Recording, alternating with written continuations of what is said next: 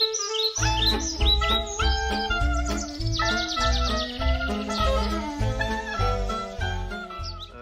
pensons très fort à vous. Malheureusement, on peut pas venir vous voir dû à cette grosse problématique de santé qu'est le Covid-19.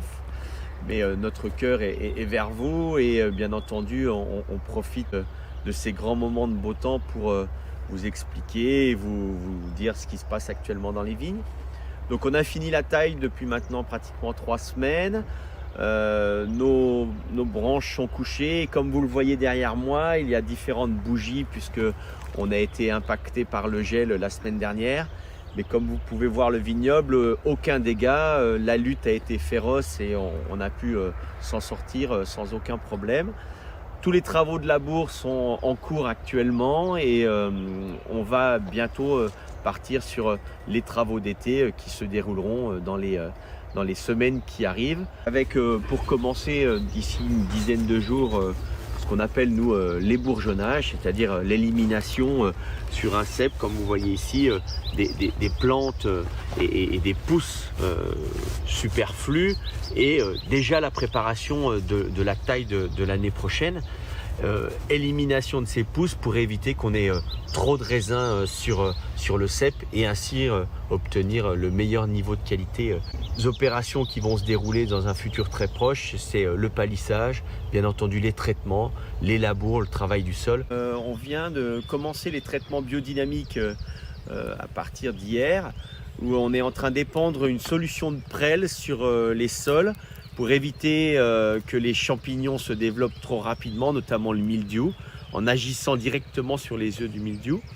Et progressivement, on va passer une autre préparation biodynamique dans une dizaine de jours, ce qu'on appelle la bouse de corne, la 500, pour justement vivifier le sol et amener une vie microbienne importante au niveau du sol. Et ensuite, on enchaînera sur les traitements spécifiques de la partie végétale, contre le mildiou et contre l'odium notamment. Donc période très intense de travail pour nous, même plus intense que la période de vendange qui va occuper une vingtaine de personnes au domaine Vincent Girardin. Et vous doutez bien qu'avec les problématiques de la maladie, ça pose des vrais problèmes, des vrais soucis et de recrutement et effectivement de comportement dans les vignes pour que les gens puissent être suffisamment à l'écart. Élevage, les sucres et les fermentations malolactiques sont dès à présent terminées. Donc les vins se reposent tranquillement dans les tonneaux. Au niveau des appellations comme Bourgogne blanc, Bourgogne rouge et Pouilly-Fuissé, on est déjà en réassemblage en cuve, mise sur colle et préparation juste avant la mise en bouteille qui aura lieu courant du mois de juillet. Au niveau de la cave, on est en pleine finalisation de nos mises en bouteille des 2018, les grands blancs, les premiers crus blancs, les grands crus blancs, mais aussi les premiers crus rouges qui restaient à mettre en bouteille. Donc on profite de ce mois d'avril et des bons jours racines et fruits que nous offre le calendrier lunaire pour mettre en bouteille nos vins sur le millésime 2018.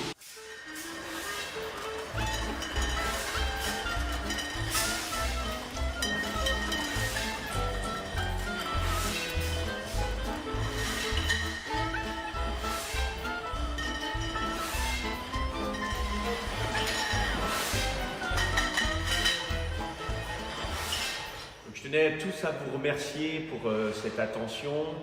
J'espère que les nouvelles qu'on vous envoie de France sont rassurantes pour vous. On vous souhaite bien entendu le meilleur pour vous et pour vos proches, mais surtout prenez bien soin de vous et bye bye à tout le monde et portez-vous bien.